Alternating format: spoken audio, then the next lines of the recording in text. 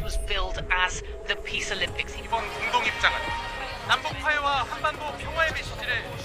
The North Korean delegation now in Seoul. Among the most closely watched early Olympic events is global diplomacy. Hello, I'm Richard Gisbert, and you're at The Listening Post. Here are some of the media stories we've been tracking this week. 5 rings, 2 countries, 1 flag. If they handed out medals for spinning the story, North Korea would get the gold. July 15th, 2016, the night Turkey got a new national narrative, or at least that's what the government and the media that have its back would have you believe. Facebook, Google, fake news, and hate speech. Governments can't seem to fix it. Maybe big money advertisers can. And Egypt, where the security state gets down with the kids. أنا مش عاوزكم تقولوا الكلام ده لأي حد. It was a case of let the games begin and cue the propaganda, the politicking, and the punditry. At the opening ceremonies of the Winter Olympics, athletes from 2 countries still officially in a state of war, North and South Korea, marched into the stadium together under 1 flag. Those images of a temporarily unified Korea were beamed around the world and will have registered in Washington. How about the sight of Kim Yo-jong, the North Korean leader's sister, shaking hands with South Korean President Moon Jae-in right under the nose of U.S. Vice President Mike Pence? If stealing the show was Pyongyang's intention, the media played right into its hands, offering extensive coverage of the delegation from the North. Wherever they light the flame, there are going to be geopolitics in the mix. But these games, given where they are and the governments involved, have taken Olympic politics to another level. Our starting point this week is Pyeongchang, South Korea.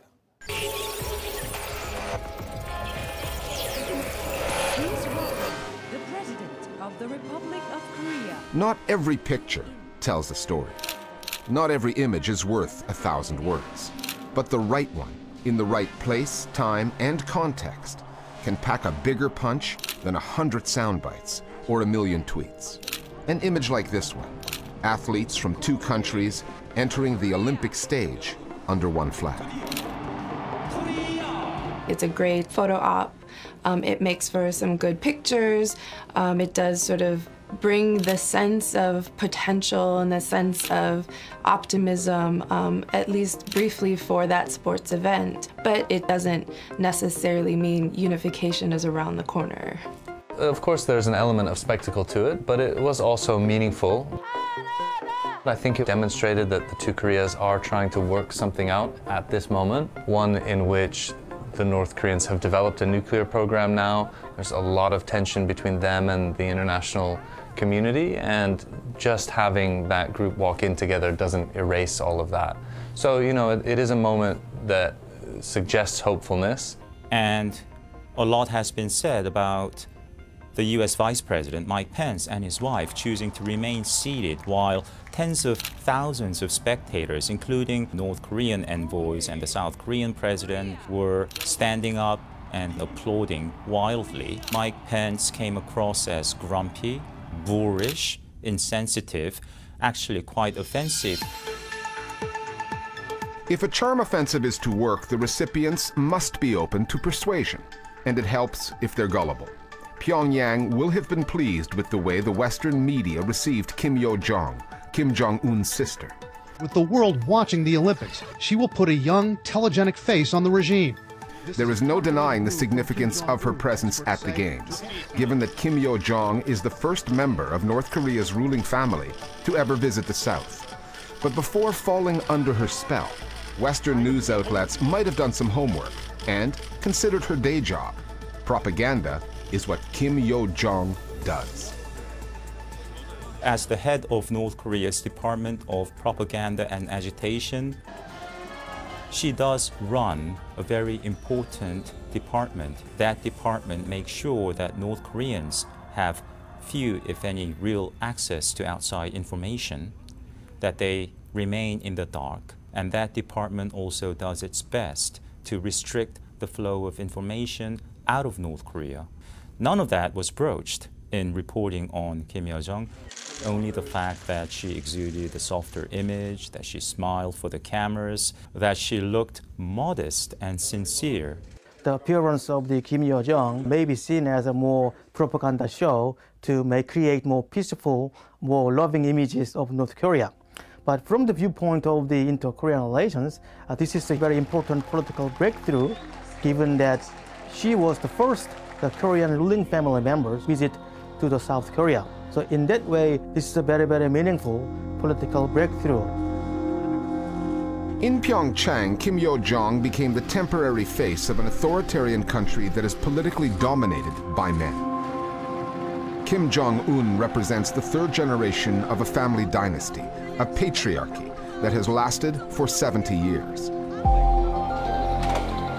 But when North Korea ventures onto the world stage and in front of the news media, women do a disproportionate amount of the PR work. In addition to Kim Yo-jong, the government sent more than 200 cheerleaders to the Games. It's not the first time they've been sent out, but journalists can't seem to resist them. The cameras were drawn to the women like moths to the Olympic flame.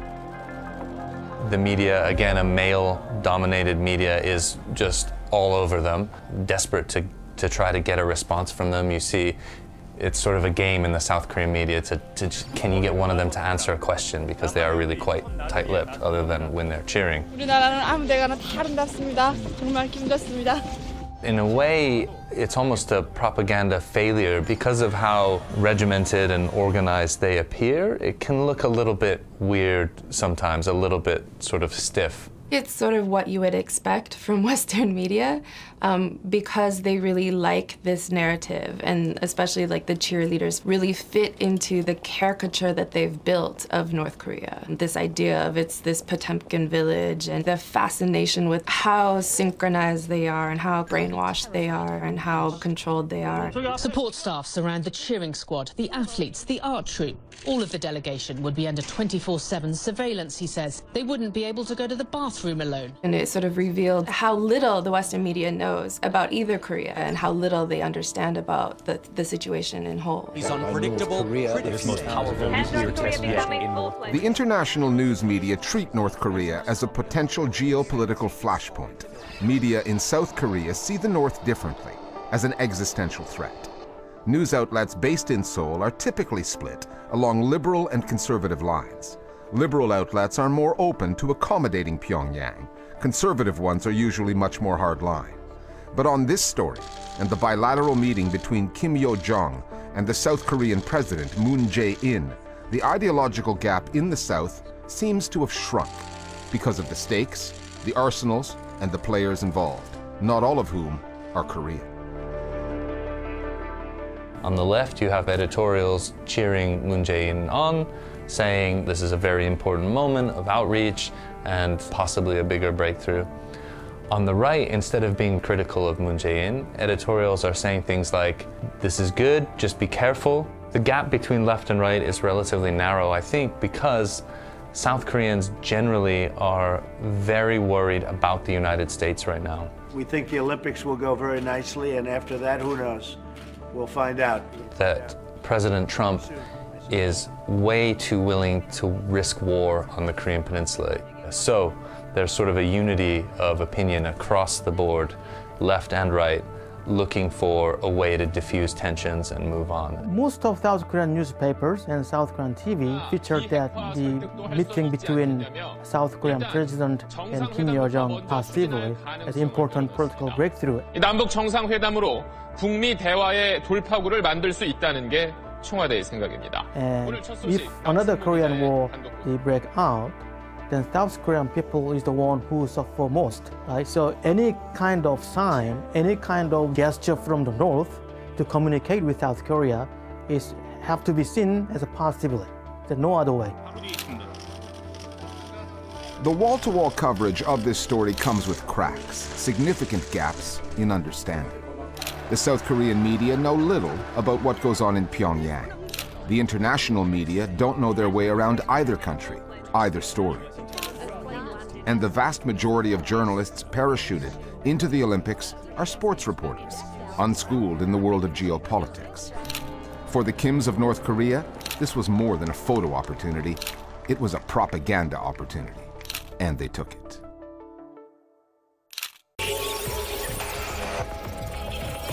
We're discussing other media stories that are on our radar today with one of our producers, Tarek Nafa. Tarek, one of the world's biggest advertisers, Unilever, now talking about pulling its ads from both Facebook and Google.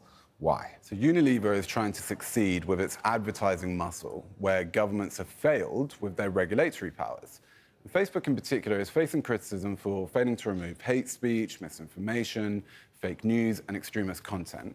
And the company's founder, Mark Zuckerberg, began the year by announcing that the site had tweaked its newsfeed algorithm to prioritize what it calls more meaningful social interactions. It's by no means clear, though, that that will solve those problems, and Unilever, which owns brands like Dove, Vaseline and Ben & Jerry's ice cream, has announced it will pull advertising from Facebook and Google unless those companies clean up their acts. And one Unilever executive actually put it that, some of these platforms are little better than a swamp. So how do you read this move? Is it about principles or is it about profits? I think it's clearly aimed at protecting their brand. Unilever doesn't want to see its ads alongside content from white supremacists, for example. And it's become increasingly clear how little leverage governments actually have over social media companies to force them to change their ways. Hitting them where it hurts, the billions they make in ad revenues could prove to be very consequential, especially if other big companies follow Unilever's lead. The other story you've been looking at concerns an Indian journalist, Anshukanta Chakrabarti, who's been fired over a tweet. First of all, who is she? Chakrabarti was a political editor at online outlet Daily O, which is owned by the India Today group. Last week, she tweeted this: promoters turning a blind eye to hate-mongering, fake news-spreading anchors, editors, reporters and writers, or hiring them in the first place, must be tried in courts as hate speech enabler profiteers. Her tweet didn't name any names, nor did it really get that much attention at first, but it was clearly too close to home for Chakrabarti's bosses at India Today. Anyone who follows Indian media knew Chakrabarti was probably talking about particular anchors, some of whom are on India Today's channels.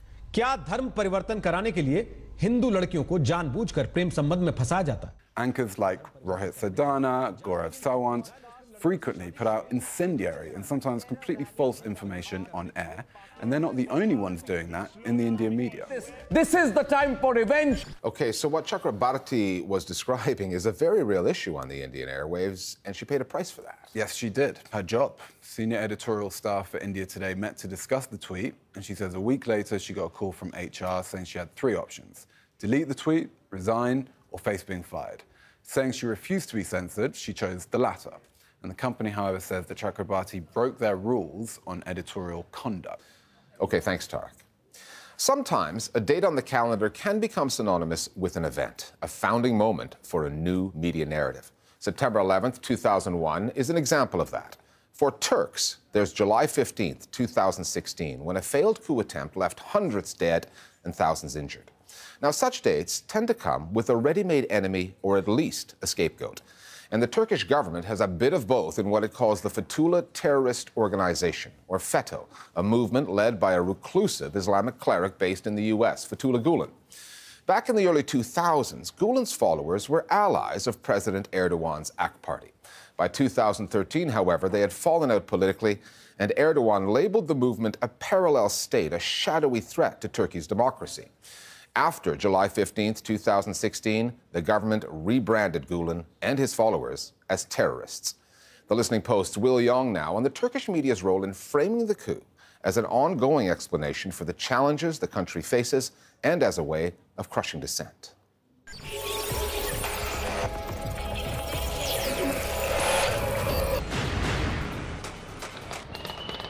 15 Temmuz'un önemini algılamanın kıymeti var. Başka tehlikelere, tehditlere karşı donanımlı olmayı gerçekten bir ajanda haline getirebilmek.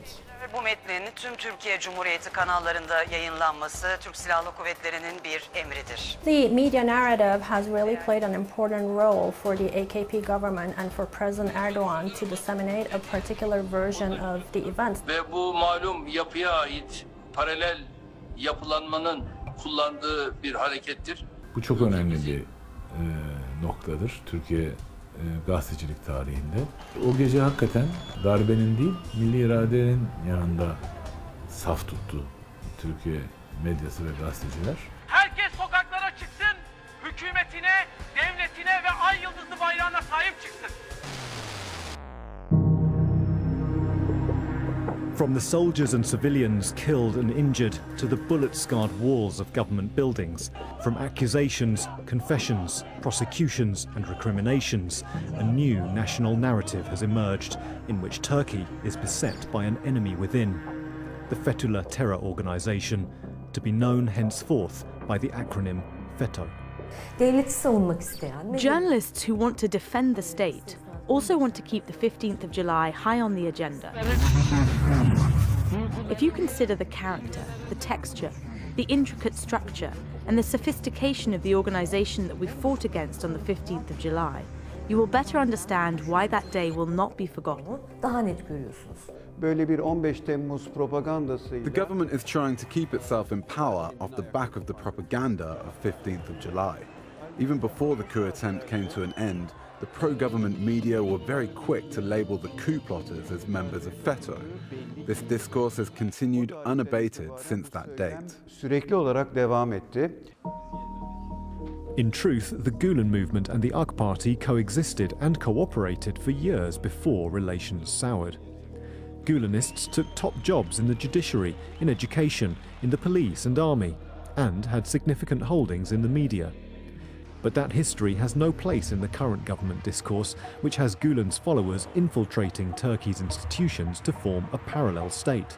When that organization attempted to seize power by force, it was only President Erdogan's timely and effective mobilization of the popular will that stopped them. However, while their coup attempt was thwarted, their supporters are still being outed all the time, not only in the courts, but in trials by media. So when a new decree law is announced and people raise their concerns about the implications of that decree law, usually the first response from a pro-government pundit is, "Are you a member of the FETÖ?" Bu Ahmet Hakan'ın Fethullahçı polislerin emrinde olduğunu gösterir. This becomes a vehicle for silencing oppositional voices and for discouraging people from asking questions, not only about FETÖ, but in general about any government policy. The issue of FETÖ in Turkey is not an easy thing to grasp. It is a movement which was so well hidden that many journalists supported them. Unfortunately, some are saying that there have been unjust investigations and prosecutions against FETÖ, such as cases against journalists. But we need to distinguish between true journalists and those who merely call themselves journalists. According to President Erdogan and many in the Turkish media, the influence of FETÖ even extends to a court in New York, where, late last year, Reza Zarrab, a Turkish-Iranian gold trader, admitted to running a sanctions-busting racket trading Iranian oil for gold, paying millions of dollars in bribes to senior Turkish ministers along the way. Zarrab's testimony implicated Erdogan and his son, Bilal, but viewed from Turkey, this is all part of a FETÖ-inspired international conspiracy. The judge has a link to FETÖ, the prosecutor has a clear link to FETÖ, one of the witnesses is a FETÖ member who fled Turkey. This is all linked to when Turkey stopped playing the international role expected of it and started to pursue its own destiny. This hostility will continue.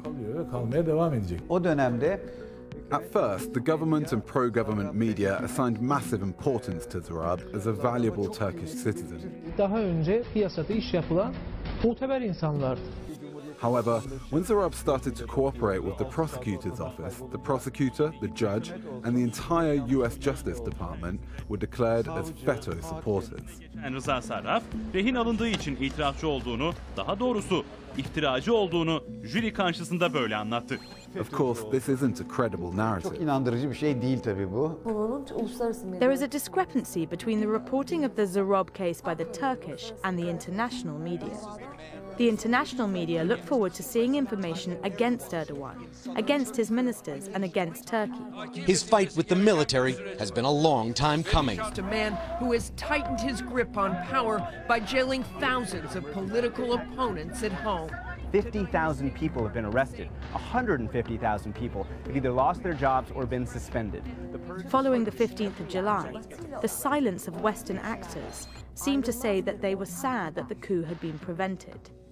This made journalists who thought Turkey and the West share common interests reconsider their positions. Düşündürücü bir faktör oldu. Erdogan was in France when a French journalist asked him a question about Syria, and President Erdogan was not happy with this question, and he asked the journalist if he was a member of FETÖ. Sen FETÖ ağzıyla konuşuyorsun. Je parle comme un journaliste français. All of these international and domestic developments can be explained as part of this international conspiracy against Turkey. Persecuted by enemies abroad, infiltrated by enemies within, most of the Turkish media have now closed ranks around a state-sanctioned narrative that appears to explain all of this in terms of the failed 2016 coup attempt. Meanwhile, hundreds of journalists have been arrested, their news outlets shuttered or taken over by government supporters. The result is a media landscape where the only story is the July 15 story. The pro-government media is serving the same political narrative and the same political objectives as Erdogan and the AKP government. Obviously, their political agendas are very much aligned, and because they serve to propagate the message from the party and from the president, we can see several similarities in terms of their narratives. 80 to 90% of the media in Turkey has been under government control for a long time, and they report with one voice, that is, communicating Erdogan's views solely. Within the last year, we are seeing what we call the presidential palace media fighting among themselves to prove who is more pro-Erdogan, who is super ultra pro-Erdogan. Süper Erdoğancı olarak kendi aralarında kapışmaya başladılar. The stories that a nation tells become how that nation imagines itself collectively, how it understands its victimhood, its identity, and its destiny. If for Turkey, July 15 was the day everything changed, narratives around the failed coup and FETÖ are a new national creation myth, one that, with so much of the Turkish media behind it, is rapidly becoming a new national reality.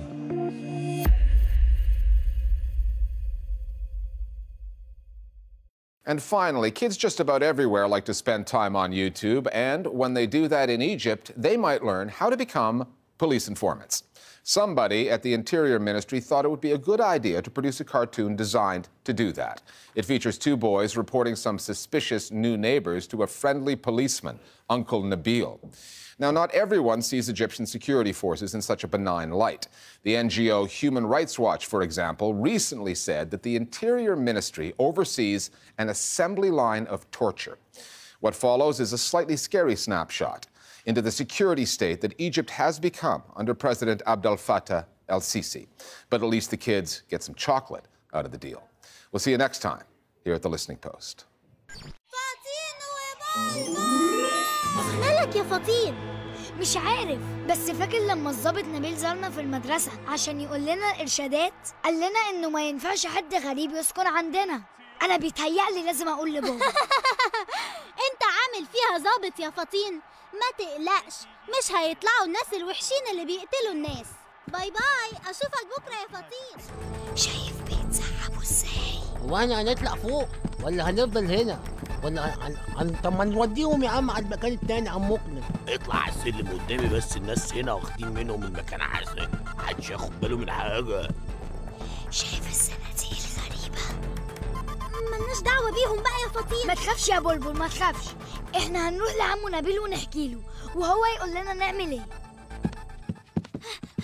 خير يا ولاد، مالكم في ايه؟ عمو نبيل، في ناس غريبه سجنت عندنا ومش عارفين حاجه عنهم. وفطين كمان شافهم بيدخلوا ويخرجوا حاجات ومش عارفين اذا كانوا وحشين ولا حلوين. انتوا ممكن تشكوا في انهم وحشين، لكن مش هتتاكدوا من ده دورنا احنا. المهم انكم جيتم وبلغتم.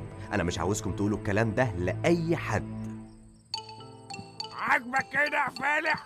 ادينا رحنا في الكلاموش وكله بسبب فطين. هو احنا هنطلع فوق ولا هنفضل هنا؟ برافو عليكم يا ولاد انكم بلغتم لما شفتم ان في حاجه غلط.